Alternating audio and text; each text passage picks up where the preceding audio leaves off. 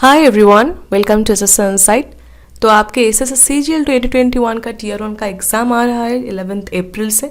तो आज से हम एसएस सीजीएल का जो प्रीवियस ईयर का क्वेश्चन है वो प्रैक्टिस करेंगे। इस सेशन में हम एसएस सीजीएल 2020 का टीयर 1 का जो क्लोज टेस्ट का क्वेश्चन था वो हम लोग प्रैक्टिस करेंगे। इस सेशन में जो क्वेश्चन हम लोग प्रैक्टिस करेंगे क्लोज टेस्ट का, ये क्वेश्चन हमने किरण का जो एसएस सीजीएल 2020 का टीयर 1 का जो सॉल्व पेपर का बुक है वो बुक से हमने ये क्वेश्चंस लिया है। Last SS CGL that is SS CGL 2020 का टीयर 1 का एक सॉल्व पेपर आता है किरण पब्लिकेशन का, जहाँ पे प्रीवियस ईयर का क्वेश्चंस विद कंप्लीट सॉल्यूशन मिल जाता है। तो एसएस सीजीएल 2020 का 21 सेट्स इस बुक में अवेलेबल है विद आंसर्स एंड सॉल्यूशंस। तो इस बुक का लिंक आपको डिस्क्रिप्शन बॉक्स में मिल जाएगा, अगर आप देखना चाहते हो तो वहाँ पे जाके देख सकते हो। एंड जो क्वेश्चंस है वो मैंने इस बुक से लिया है, दैट्स वाई मैंने ऊपर एक क्रेडिट दे दिया है कि ये किरण का बुक से मैंने लिया है, नहीं तो यहाँ पे कॉपीराइट इशू हो सकता है। तो हमारे आज का सेशन शुरू करने से पहले मैं आपको एक बार फिर से रिमाइंड कर देना चाहूंगी कि हमने एक नया वेबसाइट लॉन्च किया है जिसका नाम है bookpicker.in। Let's pick the right one.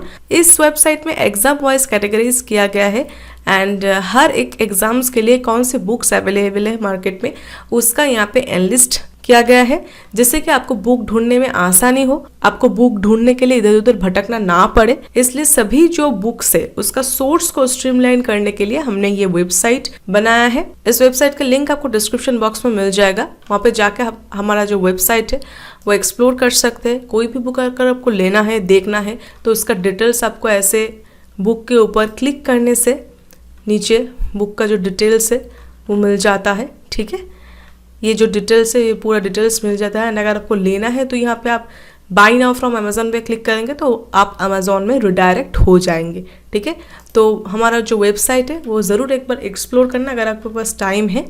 And कोई भी बुक अगर आपको लेना है तो यहाँ से एक बार चेक कर सकते हैं कि कौन सा बुक कौन से एग्जाम्स के लिए अवेलेबल है। तो चलिए अब हमारा सेशन शुरू करते हैं। ये रहा हमारा फर्स्ट क्लोज टेस्ट। तो क्लोज टेस्ट करने का पहला रूल क्या है कि जो भी यहाँ पे आपका पैराग्राफ है वो पूरा आपको एक बार पढ़ लेना चाहिए। वैसे भी हमारे जो टीयर 1 में जिस लेवल का क्लोज टेस्ट आता है वो उतना टफ नहीं आता है, सीजीएल हो या सीएचएसएल हो। कोई भी एग्ज़ाम के लिए जो टीयर 1 में जिस तरह का क्लोज टेस्ट आता है वो बहुत ज़्यादा टफ नहीं आता है, बहुत ज़्यादा कॉम्प्लिकेटेड वोकैब नहीं रहता है कि आपको समझने में दिक्कत हो। बट अगर सीजीएल टीयर 2 की बात करें, इसके बारे में अगर कंसिडर करें तो वहाँ पे कॉम्प्लिकेटेड क्लोज टेस्ट दिया जाता है, लॉन्ग क्लोज टेस्ट भी दिया जाता है जो कि इतना शॉर्ट भी नहीं होगा। ठीक है, तो क्लोज टेस्ट का दोनों तरीके से आप अप्रोच कर सकते हो। एक, आप पूरा पहले पढ़ लो। ठीक है, पूरा पढ़ने के बाद आपका ये पैराग्राफ में आपको क्या बोल रहा है वो एक जिस्ट आपको समझ में आ जाएगा कि ये क्या बोलना चाह रहा है। तो उस हिसाब से आप ये ब्लैंक्स जो है वो फिल करते जाओगे। सेकेंड अप्रोच क्या है, आप सिर्फ ये ब्लैंक्स फिल करते हुए जाओ। ओके, ब्लैंक्स फिल करते हुए जाओ। ब्लैंक्स आपको फिल करने के बाद पूरा और एक बार आप पढ़ लो, देख लो कि आपने जो भी फिल किया है, आपने तो ऑलरेडी फिल कर दिया है, आप नेक्स्ट टाइम एक बार रिवाइज कर रहे हो। और एक बार पढ़ने से क्या होगा कि आप एक बार वो समझ पाओगे कि जो भी फिल आपने किया है ब्लैंक्स वो प्रॉपरली वहाँ पे सूट कर रहा है कि नहीं। क्योंकि क्लोज टेस्ट क्या है, सिर्फ फिल इन द ब्लैंक्स का क्वेश्चन नहीं है। फिल इन द ब्लैंक्स में एक ही सेंटेंस रहता है। ओके, ये आप बोल सकते हो कि multiple fill in the blanks है, 3-4 सेंटेंस दे देगा, उसका फिल करना है जो ब्लैंक्स वहाँ पे अवेलेबल है। तो हमें ये भी कंसिडर करना है सिर्फ वो सेंटेंस में क्या बोल रहा है, सिर्फ इसका ही मीनिंग समझना सिर्फ यही इम्पोर्टेंट नहीं है। ये भी हमें ध्यान रखना है कि फर्स्ट सेंटेंस के साथ जो सेकंड सेंटेंस जो जुड़ा हुआ है उसका मीनिंग वो भी हमने जो ब्लैंक्स फिल किया है उसके साथ वो मैच कर रहा है कि नहीं, वो ब्लैंक्स जो हमने फिल किया है वो सूटेबल है कि नहीं। तो इसलिए दोबारा मैं आपको पढ़ने के लिए बोल रही हूँ। मैं सेकेंड जो अप्रोच है वही फॉलो करता था। पहले मैं ये जो ब्लैंक्स है ये मैं फिल कर लेती थी, उसके बाद फिर से जाके एक बार जो भी 5 क्वेश्चंस रहता है 5 ब्लैंक्स के लिए वो फिर से एक बार रिवाइज कर लेते थे कि हाँ ये सब जो ब्लैंक्स है वो अप्रोप्रिएटली मैंने फिल किया है। ओके, तो 2 अप्रोच रहा। पहले आप पूरा पैराग्राफ पढ़ के फिल कर सकते हो, नहीं तो पहले फिल करके बाद में पूरा पैराग्राफ एक बार पढ़ ले सकते हो। बट ये दोनों में से कोई एक करना है। ठीक है, अगर ये दोनों में से एक करोगे तभी आपका 5 ही करेक्ट होने का फुल चांसेस रहेगा, नहीं तो गड़बड़ हो सकता है, क्योंकि जब हम ब्लैंक्स फिल करते हैं तब हम उसके बाद में क्या है वो हम नज़रअंदाज कर देते हैं, हम वो कंसिडर नहीं करते। तो इसलिए नेक्स्ट सेंटेंस के साथ मैच हो रहा है कि नहीं वो भी हमें चेक करना चाहिए। तो चलिए अब ये फर्स्ट क्लोज टेस्ट कर लेते हैं। क्या बोल रहा है कि what every tourist must take back from Bhutan is pure honey, specially putka antibiotic honey produced dash Melipona bees, that is stingless bees, a breed found in protected areas dash 700 to 1500 meters above sea level। Okay, तो यहाँ पे भूटान की एक pure हानी है, उसके बारे में बात हो रहा है, जो कि एक एंटीबायोटिक हानी है, क्योंकि ये जो प्रोड्यूस हो रहा है ये मेलिपोना बीज के द्वारा प्रोड्यूस हो रहा है। मेलिपोना बीज का क्या सिग्निफिकेंस है कि वो स्टिंगलेस बी है, उसका स्टिंग नहीं रहता है। एंड ये जो मेलिपोना बीज है वो कहाँ पे मिलता है, वो सी लेवल से above 700 to 1500 metre above level में ये जो मेलिपोना बीज है उसका ब्रीड मिलता है। ठीक है, उसके बाद बोल रहे हैं due dash there small size they can get larger nutrients regular Honey बीज डैश हनी बीज। तो बोल रहा है कि उनका जो साइज होता है वो मेलिपोना बीज का वो साइज स्मॉल होता है, एंड जिस वजह से दे कैन गेट लार्जर न्यूट्रिएंट्स, यहाँ पे बोल रहे हैं कि उन लोग लार्जर न्यूट्रिएंट उनको मिलता है रेगुलर हनीबीज के साथ। ये कंपैरिजन हो रहा है कि रेगुलर हनीबीज से उनको न्यूट्रिएंट ज़्यादा मिलता है, क्योंकि वो रेगुलर हनीबीज की तरह नहीं है, स्टिंगलेस बीज है, कुछ स्पेशल ब्रीड है, तो उसका रेगुलर हनीबीज के साथ कंपैरिजन हो रहा है। नेक्स्ट सेंटेंस में क्या बोल रहा है, it has a tangy sour taste and can dash your sore throat in a matter of minute. इसका जो टेस्ट है वो सावर टेस्ट है, एंड ये आपका जो सोर थ्रोट मतलब आपका अगर गले में कोई पेन है या मतलब आपको सर्दी खांसी अगर हुआ है तो हम उसको सोर थ्रोट बोलते हैं, तो वो सोर थ्रोट को एकदम 1 मिनट में वो ठीक कर सकता है, ऐसा ही कुछ होगा, आई डोंट नो, क्योंकि कैन डैश लिखा है, मे बी ठीक कर सकता है, ऐसा कुछ ही होना चाहिए जो सेंटेंस पढ़ के समझ में आ रहा है। Okay, in a matter of minute. तो ये हमने पूरा जो सेंटेंस ये पूरा जो पैराग्राफ है वो एक बार देख लिया। ठीक है, इसके बाद 1 by 1 इसका जो ब्लैंक्स है वो फिल करेंगे। तो चलिए फर्स्ट बोले what every tourist must take back from Bhutan is pure honey, specially putka antibiotic honey produced dash Melipona bees. तो ये क्या बोल रहे हैं, मेलिपोना बीज के द्वारा प्रोड्यूस हो रहा है, दैट मीन्स कोई डाउट है यहाँ पे, क्या होगा ऑप्शन नंबर 2 जो कि है बाई, है ना, किसी के द्वारा अगर कुछ हो रहा है तो हम बाई यूज करते हैं। ओके, तो मेलिपोना बीज ये एंटीबायोटिक हानि जो है वो प्रोड्यूस करते हैं, तो यहाँ पे हम यूज करेंगे बाई। ओके, नेक्स्ट ये हो गया मेलिपोना प्रोड्यूस्ड बाय मेलिपोना बीज, यहाँ पे मैं बाई लिख रही हूँ। Stingless bees a breed found in protected areas dash 700 to 1500 metres above sea level. Okay, dash, अच्छा, found in protected areas midst between after among. तो यहाँ पे क्या होगा, ऐसा कुछ बोल रहे हैं कि 700 टू 1500 मीटर का बीच में, ओके, बीच में सी लेवल से ऊपर 700 टू 15 मीटर इस लेवल के बीच में वो ये जो ब्रीड है वो हमें मिलता है। So that's why we will use between. Okay, between 700 to 1500 metres, between 700 to 1500 metres, that means ऐसा कुछ कि somewhere in the middle. Okay, somewhere in the middle of, somewhere in the middle of 700 to 1500 metre. Okay, इस बीच में कहीं पे उनका जो ब्रीड है वो पाया जाता है। तो हो गया, ये भी बिटवीन होगा, that means second one is the correct option. Okay, next बोल रहा है due dash there small size, मतलब क्या बोल रहे हैं कि उनके स्मॉल साइज के कारण, that means due to that reason, हम बोलते हैं ना ड्यू टू दैट रीजन ये हुआ है, ड्यू टू दैट रीजन वो हुआ है। Okay, so due to their small size, that means option number 2 is the correct one. Okay, due to मतलब because of, ये वजह से, इस वजह से, उनके small size के वजह से ये हुआ है। Okay, चलो next. So due to their small size they can get larger nutrients ये तो तभी हमने डिस्कस कर लिया कि रेगुलर हनीबीज के साथ उनका कंपैरिजन हो रहा है कि रेगुलर हनीबीज से ज़्यादा उनका न्यूट्रिएंट्स मिलता है।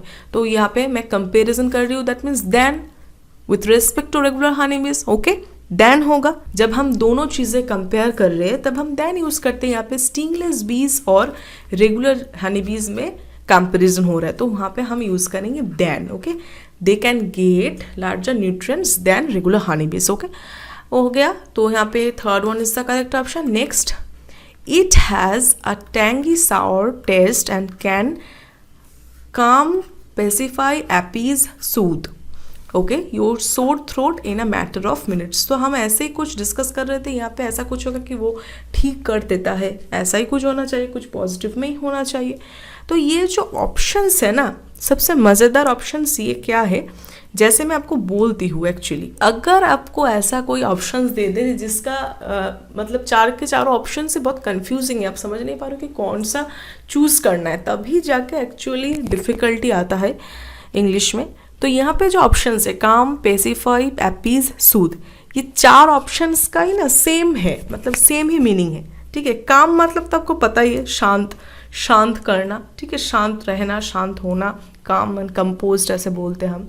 पेसिफाई मतलब कि पेसिफाई मतलब भी यही, मतलब आपका जो आपका जो एक्साइटमेंट है और अगर आप गुस्सा हो तो उसको कम करना, पेसिफाई करना। ओके, एंड एपीज, सूद, ये सभी इसका सिनोनिम्स है। ओके, ये एपीज, ये सूद, ये पेसिफाई, काम, ये सभी एक दूसरे का सिनोनिम है।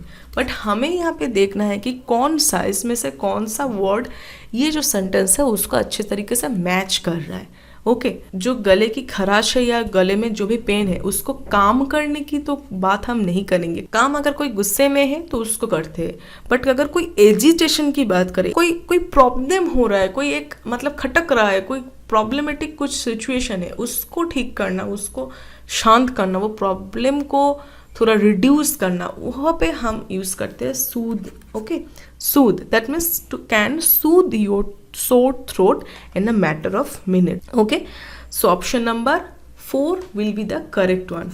देखा आपने कि ये 5 में से 4 एकदम इजीली हो गया, बट ये 5th नंबर जो क्वेश्चन है इसमें थोड़ा सा उन्होंने डिफिकल्टी इंट्रोड्यूस कर दिया कि 4 ही सेम टाइप का। लो अब तुम डिसाइड करो तुम्हारा नॉलेज से यहाँ पे क्या यूज़ करना चाहिए। ठीक है, तो ऐसा ही थोड़ा बहुत ट्रिकी क्वेश्चन मिल जाता है, नहीं तो क्लोज टेस्ट आपका हो ही जाता है। ऐसा कुछ भी डरने वाली चीज़ क्लोज टेस्ट में है नहीं, बट आप लोग क्लोज टेस्ट को लेकर बहुत ज़्यादा परेशान हो जाते हो। बहुत लोग कमेंट करके बोल रहे थे क्लोज टेस्ट के लिए, तो इसलिए मैंने सोचा कि एकदम लास्ट ईयर का जो CGL का क्लोज टेस्ट है वही आपको एक बार प्रैक्टिस करा दे। ओके, तो यहाँ पे आपको समझ में आ गया कि आपके गले में एक थोड़ा सा पेन हो रहा है, उस पेन को कम करने के लिए, सूद करने के लिए, उसका जो जलन है, उसका जो दर्द है, उसको रिड्यूस करने के लिए हम ये सूद वर्ड यहाँ पे अप्रोप्रिएटली फिक्स होगा। Okay, so it has a tangy और sour taste and can soothe your sore throat in a matter of minutes. Okay, 4th one is the correct answer. तो चलिए अब नेक्स्ट क्लोज टेस्ट जो है उसमें चलते हैं। सो नेक्स्ट क्लोज टेस्ट एक बार पढ़ लेंगे। Communication is a connection between people sharing information with dash other. It is important in everyday life, dash work, and nearly any time you interact with other dash. Communication issues don't always happen dash of your English level. The truth is you can know how to speak English dash knowing how to communicate in English. Okay? Communication के ऊपर ये paragraph है। Communication के ऊपर बात कर रहे हैं कि कैसे हमें communicate करना चाहिए, कहाँ पे ये इम्पोर्टेंस है, यहाँ पे ये हमारे एवरीडे जो लाइफ है उसमें एक इम्पॉर्टेंट रोल प्ले करता है। एंड इंग्लिश में कम्युनिकेशन के बारे में भी ये एक बात हो रहा है पैराग्राफ में। तो फर्स्ट जो बोल रहा है कि communication is a connection between people sharing information with क्या होगा, विथ ईच अदर। सिंपल है, विथ ईच अदर, हम एक दूसरे से ही तो बात करते हैं ना। Communication is a connection between people, इंसान के बीच में एक कनेक्शन है जिसके द्वारा हम बात करते हैं। एंड शेयरिंग इंफॉर्मेशन, हम इंफॉर्मेशन शेयर करते हैं, जो इंफॉर्मेशन कुछ भी हो सकता है, कुछ भी रिलेटेड हो सकता है वो इंफॉर्मेशन। ओके, तो that will be each, option number 2। Okay, sharing information with each other. Okay, next, it is important in everyday life. Of course communication अगर ना हो तो कैसे हम किसी को हमारा जो इंफॉर्मेशन है वो शेयर करेंगे, कैसे किसी को समझाएंगे कि हम क्या बताना चाहते हैं उनको। ओके, तो it is obviously important in everyday life. हमारे ज़िंदगी में वो एक इम्पॉर्टेंट रोल प्ले करता है, हमारे एवरीडे लाइफ में वो इम्पॉर्टेंट है। Dash work and nearly any time you interact with other dash. Dash work मतलब यहाँ पे क्या बोल रहे हैं कि ये एक वर्क मतलब हम जो काम करते हैं उसमें भी क्या करना पड़ता है, हमें तो एक दूसरे के साथ इंटरेक्ट करना पड़ता है ना, तभी तो एक काम होगा। अगर इंटरेक्ट किसी के साथ नहीं कर पाएंगे तो काम कैसे फुलफिल होगा, नहीं होगा। तो यहाँ पे बोल रहे हैं कि dash work that is at work. At work मतलब इज समथिंग अपने वर्क प्लेस जहाँ पे हम काम करते हैं उससे रिलेटेड है।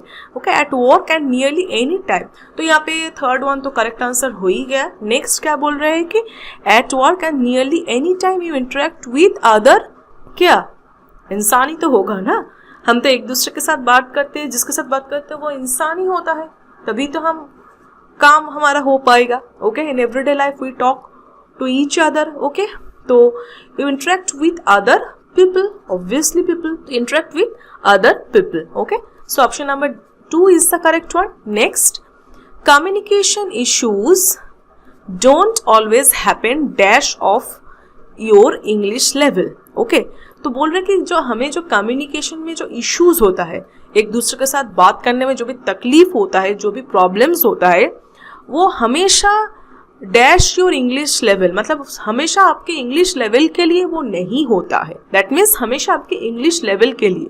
तो यहाँ पे क्या होगा, इंग्लिश लेवल के कारण हमेशा वो नहीं होता है। That is because of something, हम बोलते हैं ना because of this happened. Okay, so beside, since, about, तो वो सब कुछ अलग टाइप का मीनिंग बनता है, यहाँ पे कोई मीनिंग नहीं बनता। ओके, बिसाइड एंड बिसाइड्स क्या होता है, बिसाइड मतलब नेक्स्ट टू समथिंग ऐसा। ओके, और बिसाइड्स मतलब ये क्या है, नेक्स्ट टू समथिंग और someone. Okay, he sits beside me. Okay, और बिसाइड्स मतलब कि in addition to. Okay, in addition to ये होगा बिसाइड्स। तो बिसाइड और सिंस, अबाउट ये कोई मायने नहीं रखते, यहाँ पे कोई मीनिंग नहीं बनता। बिकॉज होगा कारण, क्या कारण, हमेशा आपका इंग्लिश लेवल कारण नहीं होता है आपका कम्युनिकेशन इश्यूज के लिए। Okay, don't always happen because of your English level. Okay, last blank, the truth is you can know how to speak English dash knowing how to communicate in English. यही सच है कि तुम कैसे English में बात करते हैं वो जानते हो, ये ना जान के कि कैसे वो कम्युनिकेट करते हैं। ओके, विदाउट, ये करने के लिए तो आपको ऑप्शंस भी नहीं देखना पड़ेगा, लैकिंग, विदाउट, माइनस, डिवॉइड देखना भी नहीं पड़ेगा। मतलब आप इंग्लिश में बात कर सकते हो बट इंग्लिश में कम्युनिकेट नहीं कर सकते हो। ओके, क्योंकि कम्युनिकेशन एक अलग सा स्किल है। ओके, बात करना और कम्युनिकेट करना अलग बात है। वही बोल रहे हैं कि द ट्रूथ इज, यही सच है कि you can know how to speak English. तुम ये जानते होंगे कि इंग्लिश में बात कैसे करते हैं, without knowing how to communicate English, ये नहीं जानते कि कम्युनिकेट कैसे करते हैं इन इंग्लिश में। ठीक है, तो कम्युनिकेशन एक स्किल है जिसके द्वारा हम एक दूसरे का बात सुन सकते हैं, एक दूसरे का बात समझ सकते हैं, एक दूसरे को हमारे जो पॉइंट ऑफ व्यू है वो एक्सप्लेन कर सकते हैं। ठीक है, तो यहाँ पे होगा विदाउट, जो कि option number 2। So option number 2 is the correct answer. Okay, so next cloze test में जाएंगे। क्या बोल रहा है कि man made fibre is fibre whose chemical composition, structure and properties, ये आर होगा शायद। ओके, आर सिग्निफिकेंटली मॉडिफाइड, हाँ पैसिव है दैट्स वाई ये आर होगा, प्रिंटिंग मिस्टेक होगा। Okay, are significantly modified during the manufacturing process, हो गया complete one sentence. Man made fibres dash spun and woven into a large dash of consumer and industrial products dash garments such as shirts, scarves and hosiery, home furnishings dash as hosiery, carpets and drapes, and dash parts such as tire cord, flame, ये proof होगा शायद, ये ओ होगा। Okay, flame proof linings and drive belts. Okay, तो ये एक fibre के बारे में बात हो रहा है। ये पूरा जो क्लोज टेस्ट है, जो पैराग्राफ है, वहाँ पे एक फाइबर के बारे में बात हो रहा है। जो फाइबर क्या है, मैन मेड है, इंसान ने बनाया है, वो नेचुरल नहीं है। ओके, एंड वो फाइबर का क्या कॉम्पोजिशन है, कैसे बनाते हैं, कहाँ पे वो यूज होता है, उसके बारे में पूरा पैराग्राफ है। तो फर्स्ट जो लाइन है कि man made fibre is fibre whose chemical composition, structure and properties are significantly modified during the manufacturing process। मतलब जब वो man-made fiber, जब वो फाइबर मैन्युफैक्चर होता है, मैन्युफैक्चरिंग प्रोसेस के टाइम उसका जो भी प्रॉपर्टीज है, जो भी केमिकल से वो बना हुआ होता है, उसका जो स्ट्रक्चरल प्रॉपर्टीज है, जो भी है वो मॉडिफाई किया जाता है। ओके, सिग्निफिकेंटली मॉडिफाइड किया जाता है क्योंकि वो मैन मेड है ना, तो इसलिए वो तो हम हमारे हिसाब से, हमारे प्रॉफिट के हिसाब से, हमारे यूजेज के हिसाब से हम वो मॉडिफाई करते रहते हैं। नेक्स्ट लाइन में क्या बोल रहा है कि man made fibres dash span and woven into a large dash of consumer and industrial products. तो मैन मेड फाइबर्स ये क्या है, स्पान एंड वोवन। देखिए ये एक्चुअली स्पीन है। ओके, स्पीन का जो पास्ट और पास्ट पार्टिसिपल है वो ही स्पान होता है। तो स्पीन का पास्ट एंड पास्ट पार्टिसिपल दोनों ही स्पान होता है। ओके, एंड यहाँ पे जो कपड़े जो बुनते हैं ना, वीव ऑफ ओवन। ओके, ये प्रेजेंट, ये पास्ट और ये पास्ट पार्टिसिपल। Okay, woven. तो यही यहाँ पे पैसिव में किया, दैट्स वाई ये पे आर ही होगा, है ना। Man made fibres are spun and woven. Okay, option number 4 is the correct one. Okay, next, man made fibres are spun and woven into a large dash of consumer. Large क्या है, large number of consumer, बहुत सारा consumer की जो संख्या है उसके बारे में बोल रहा है, and industrial products. Okay, man made fibres are spun and woven into a large number of consumer and industrial products. Okay, option number 4। Cloze test में जब आप एकदम मतलब महारथी हो जाओगे ना, तब आप समझ जाओगे कि आपको ऑप्शंस भी देखना नहीं पड़ेगा। आप ब्लैंक्स देख के खुद फिल करके बाद में ऑप्शंस देखोगे, अच्छा ये है। ओके, ऐसा आपका दिन भी आएगा अगर आप अच्छे से प्रैक्टिस करेंगे। कोई भी मतलब बहुत बड़ी बात नहीं है, बहुत कुछ करना नहीं है। जब आपका अंडरस्टैंडिंग पावर क्रिएट हो जाएगा, आप अपने आप समझ पाओगे कि वहां पे वो ब्लैंक पे क्या फिल करना है आपको। ठीक है, तो ये हो गया ऑप्शन नंबर 4। नेक्स्ट क्या है, large number of consumer and industrial products dash garments such as short, scarves and hosiery. Okay, तो इंडस्ट्रियल प्रोडक्ट्स, उसके बाद डैश, अब इंक्लूडिंग है, रैपिंग है, काउंटिंग है, शोइंग है। तो यहाँ पे हम बहुत सारे large number of consumer and industrial product के साथ साथ कुछ गारमेंट्स में भी हम वो काम आता है। तो गारमेंट्स क्या है, जैसे कि शर्ट, स्कार्व्स, होशियारी हो गया। ओके, सच एज मतलब क्या होता है, जैसे कि हम बोलते हैं गारमेंट्स कैसे, जैसे कि शर्ट, स्कार्व्स। तो इंडस्ट्रियल प्रोडक्ट के साथ साथ गारमेंट्स में भी काम आता है। तो ये क्या है, इंक्लूडिंग इंडस्ट्रियल प्रोडक्ट्स, इंक्लूडिंग मतलब वो उसमें तो इंडस्ट्रियल प्रोडक्ट मतलब उसमें हमें गारमेंट भी हम काउंट कर रहे हैं। Okay, including garments such as shirts, scarves and hosiery. Okay, option number 1 is the correct answer. Next, home furnishing dash as आप होशियारी, कार्पेट्स एंड ड्रेप्स। अब भी हमने आपको क्या बोला, यहाँ पे देखिए ये गारमेंट्स such as shirts, तो such as मतलब है जैसे कि shirts, scarves हो गया। उसके बाद फिर से एग्जांपल दे रहे कि होम फर्निशिंग्स क्या है, होम फर्निशिंग के अंदर क्या होता है, आप होशियार, सॉरी मैंने मिस इंटरप्रेट किया था। अच्छा, ये मैंने देखा ही गलत है, ये आप होल्स्ट्री है, ये आप होल्स्ट्री। ओके, ये एल होगा। ओके, आप होल्स्ट्री, कार्पेट्स एंड ड्रेप्स मतलब होम फर्निशिंग के अंदर क्या क्या आता है, अपहोल्स्ट्री आता है, कार्पेट्स आता है, ड्रेप्स आता है। ओके, तो ये भी मतलब होम फर्निशिंग जैसे कि ये ऐसे बोल रहे हैं, होम फर्निशिंग जैसे कि अपहोल्स्ट्री हो गया, कार्पेट्स हो गया, ड्रेप्स हो गया, ऐसे बोल रहे हैं। जैसे कि हमने जस्ट उसके आगे का लाइन में ही पढ़ा था, सच एज होगा। ओके, तो यहाँ पे तो आपको कोई डाउट ही नहीं, सिर्फ यहाँ पे एक टिक कर दो, such as. Okay, such as upholstery, carpets and drapes, and उसके बाद and dash parts such as tyre cord, flame proof linings and driver belts.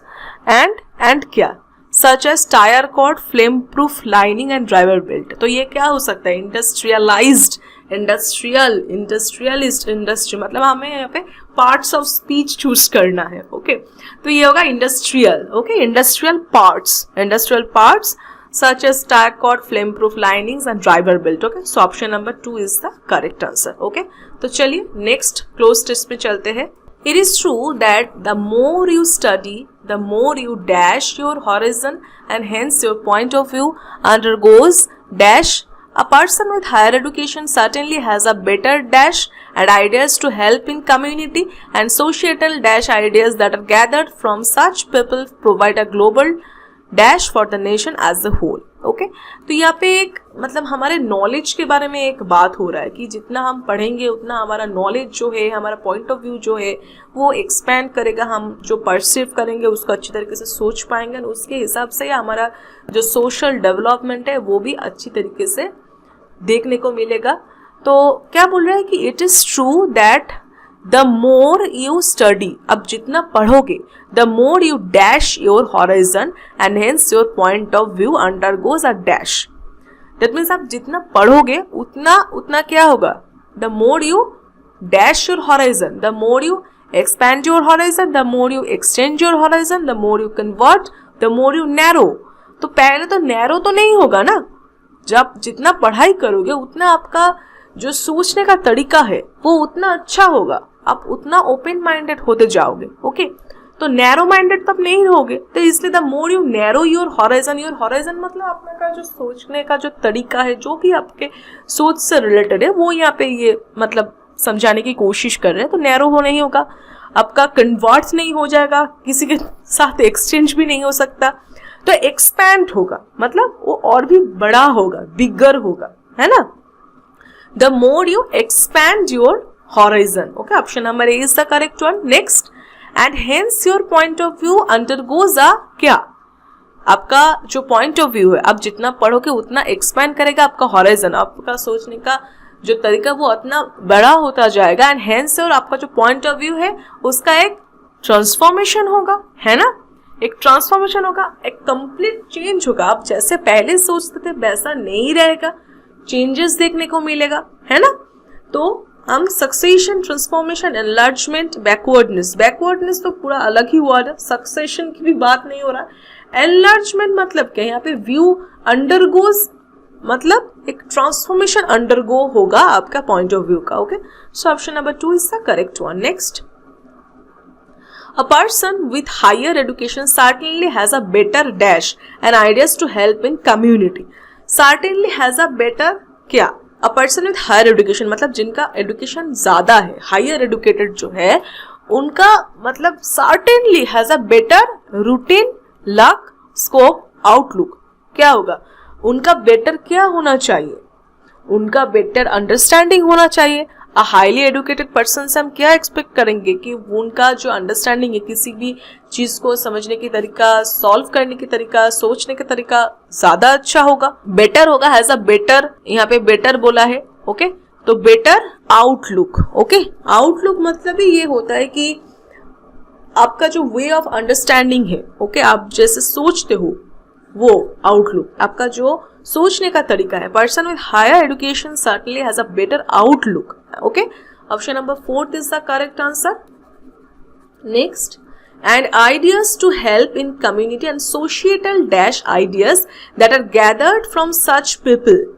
and societal क्या? डेवलपमेंट होगा, है ना। आपका जितना आपका उन्नति होगा उतना ही तो समाज का भी उन्नति होगा। इसलिए तो एजुकेशन इतना जरूरी है, क्योंकि जितना एजुकेशन प्रोवाइड किया जाएगा लोगों को उतना ही हमारे समाज में डेवलपमेंट होगा, उतना ही हमारा जो माइंड है वो ओपन माइंडेड होता जाएगा, हमारा सोचने का तरीका चेंज होता जाएगा। It will undergo a transformation, a complete change. Okay तो it will help our community. Okay a better outlook and ideas to help in community, हमारे कम्युनिटी को वो सहायता करेगा किसके लिए? And societal development ideas, develop करना है हमें, तो डेवलपमेंट चाहिए हमारे सोसाइटी में। Okay option number A is the correct answer. Next societal development ideas that are gathered from such people provide a global dash for the nation as a whole. Okay, provide a global क्या, proportion, posture, perspective, prejudice. ये क्या होगा, from such people provide a global perspective for the nation as a whole. Perspective मतलब क्या, perspective मतलब भी actually एक outlook समझाता है. आउटलुक दैट इज एक एटीट्यूड नेशन के प्रति. एक एज ए होल अगर एक नेशन में हाईली एजुकेटेड पीपल रहता है तो बाहर के जो लोग हैं उनका एक ऐसा पर्सपेक्टिव रहेगा कि या ये तो बहुत एक डेवलप कर रहा है ये कंट्री. ओके, तो ये पर्सपेक्टिव के बारे में बात करें, that are gathered from such people. Okay, जो आइडियाज है, जो डेवलपमेंट आइडियाज है, वो गैदर अगर किया जाए from such people, that will provide a global perspective. Okay, global perspective मतलब अदर देश का जो भी पर्सपेक्टिव है हमारे प्रति, provide a global perspective for the nation. हमारे नेशन का एज ए होल एक अच्छा पर्सपेक्टिव जाएगा. ओके, हमारे नेशन के प्रति एक अच्छा पर्सपेक्टिव रहेगा for the nation as a whole. एक ग्लोबल पर्सपेक्टिव एक डेवलप होगा because of such highly educated people, क्योंकि वो एक डेवलप्ड सोसाइटी क्रिएट करने में मदद कर रहे हैं, आइडियाज दे रहे हैं. तो एज ए होल एक नेशन को वो ही रिप्रेजेंट करेगा, क्योंकि अगर उनका उन्नति होता है तो उनसे समझ में उन्नति होगा. एंड एज ए होल एक ग्लोबल पर्सपेक्टिव आएगा कि हाँ ये यहाँ पे कुछ हो रहा है, कुछ डेवलपमेंट हो रहा है. तो यहाँ पे third one is the correct answer. And यहाँ पे प्रोपोर्शन है, पोस्चर. प्रेजुडिस मतलब तो आपको पता होगा. प्रेजुडिस, प्राइड एंड प्रेजुडिस एक बुक है. प्रेजुडिस मतलब एक बायस्ड व्यू रहना, इसको भी प्रेजुडिस बोलते हैं. ओके, और ऐसे भी मतलब एक अनरीजनेबल एक फीलिंग अंदर से किसी को ना पसंद करने का एक प्रीकॉन्सिव्ड अगर एक ओपिनियन हो किसी के बारे में, कोई which is not actually based on any reason और एनी एक्सपीरियंस. मतलब अगर किसी के बारे में आप पहले से ही एक आप ओपिनियन बना लेते हो जिसका बेसिकली कोई लॉजिक नहीं है, कोई कारण नहीं है, उसको भी प्रेजुडिस बोलते हैं. ठीक है, तो यही हमारा लास्ट क्वेश्चन था. नेक्स्ट क्लास में हम क्लोज टेस्ट का कुछ और क्वेश्चंस प्रैक्टिस करेंगे, क्योंकि आप लोगों को क्लोज टेस्ट में बहुत प्रॉब्लम होता है, इसलिए क्लोज टेस्ट का और एक सेशन रखेंगे. तो सब बहुत अच्छे से पढ़ाई करते रहिए. That's all. Thank you.